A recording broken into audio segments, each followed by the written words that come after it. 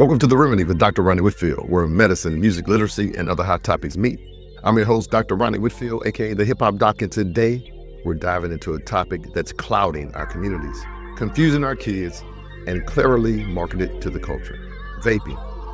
I'm vibing to Otis Redding, Cigarettes and Coffee, a very, very smooth and soulful vibe, a picture of late nights, deep conversations, and yes, cigarettes.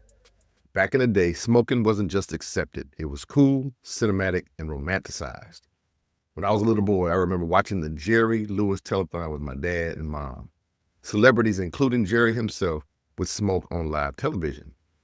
If you Google cigarette ads from the 1920s to the 1950s, you'll even see physicians endorsing tobacco products, claiming they were less irritating or soothing to the throat. It was legal, it was normal, it was deadly. The tobacco industry was a machine, mastering what we now call cradle-to-the-grave marketing. They hooked you early and kept you loyal until the end. Today, we're living in a new age. Cigarettes might be going out of style, but vapes, e-cigarettes, and hookah pens and pipes have stepped in. Sleek, discreet, fruit-flavored, wrapped in neon colors and promises of being safer. But behind that vapor cloud is a truth that's far from sweet. According to the Centers for Disease Control, more than 2 million middle and high school students report using e-cigarettes in 2023 alone. Nearly 9 out of 10 of them used flavored products: mango, bubblegum, cotton candy. And let's be honest, these are designed for adults trying to quit. They're bait, designed to lure teens and young adults with flavor technology and social appeal. Social media plays a huge role. TikTok trends, Snapchat smoke tricks. It's no longer just about nicotine, it's about identity. Fitting in and looking cool until addiction hits harder than the high. Vapes didn't show up to save our kids, they showed up to hook a new generation on nicotine. And they're doing it in flavors. Vaping started with good intentions. In 2003, Chinese pharmacist Hong Lik invented the modern e-cigarette after losing his father to lung cancer. His goal was simple: a safer alternative to smoking. But when vaping hit the U.S. market, big tobacco saw an opportunity. Companies invested, acquired, and rebranded. Then came Juul, the Apple of vapes. Sleek designs with high nicotine content. Ads for Juul featured young models and social media influencers. What began as harm reduction became harm in disguise. As a physician, I often get this frequently debated question: can vaping help smokers quit? The science says maybe. But here's the kicker. Most people who vape to quit end up doing both. It's called dual use. Dual use refers to when a person uses both traditional cigarettes and another nicotine product, such as e-cigarettes, at the same time. An example of this is someone might vape during the day and smoke regular cigarettes at night. This behavior can increase health risks rather than reduce them. You're not quitting, you're just shifting. You're still addicted, just in a different form. And for teens who never smoked, vaping becomes the gateway, the on-ramp to nicotine addiction, and sometimes back to traditional cigarettes. So ask yourself, is it a bridge or a trap? Vapes contain nicotine, highly addictive, especially to developing brains. But that's not all. They also contain heavy metals like nickel, tin, and lead, plus chemicals like formaldehyde and acrolein, known to damage lung tissue and increase cancer risk. And here's a simple truth. Anything you burn or heat and inhale into your lungs is an irritant. Our lungs weren't designed for smoke or vapor. Not from cigarettes, not from vapes, not even from natural herbal products. The lungs were made for clean air, not chemicals, heat, or particulates. We may not fully understand the long-term effects yet, but do you really want to wait 20 years to find out? Beyond the long-term risk lies something more immediate: EVALI, or e-cigarette or vaping-associated lung injury. In 2019, over 2,800 people, many of them teens, were hospitalized with severe lung damage. 68 died. Some were placed on ventilators while some never fully recovered. The primary culprit was vitamin E acetate found in illicit THC vapes. But the kicker is some were only using nicotine-containing products. They called it popcorn lung, lungs filled with fluid. Oxygen levels would crash and healthy kids were suddenly fighting for their lives. If that doesn't shake us awake, I don't know what will. EVALI, associated lung injury, continues to occur at a reduced rate compared to 2019. The decrease in e-cigarette or vaping product use associated lung injury is largely attributed to removal of vitamin E acetate from vaping products.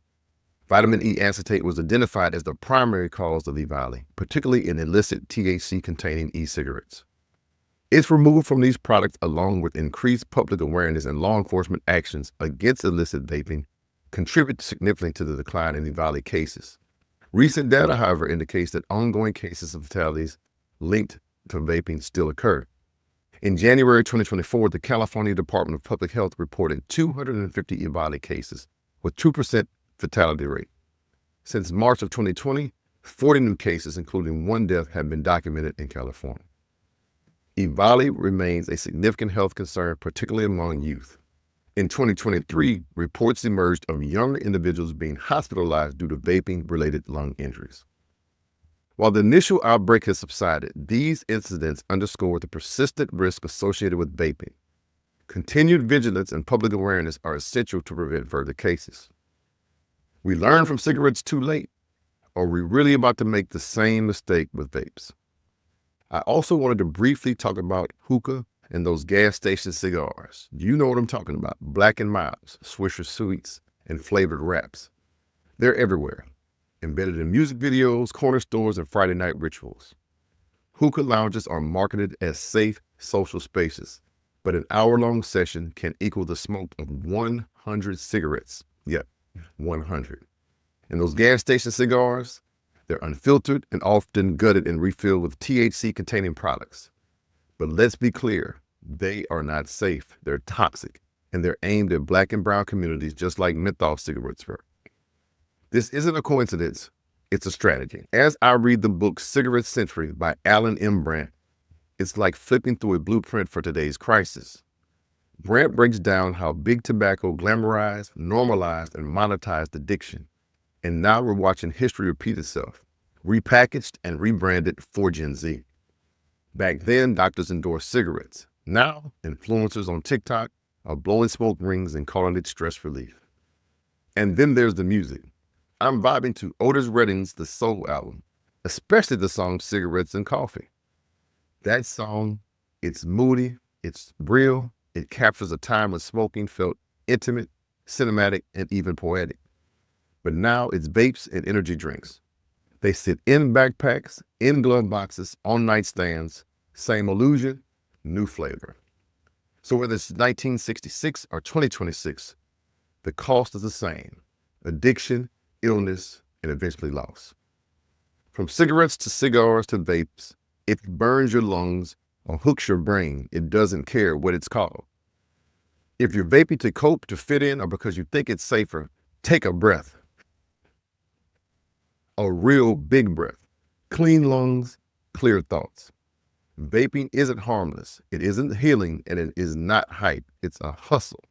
Talk to your doctor, talk to your kids, talk to yourself.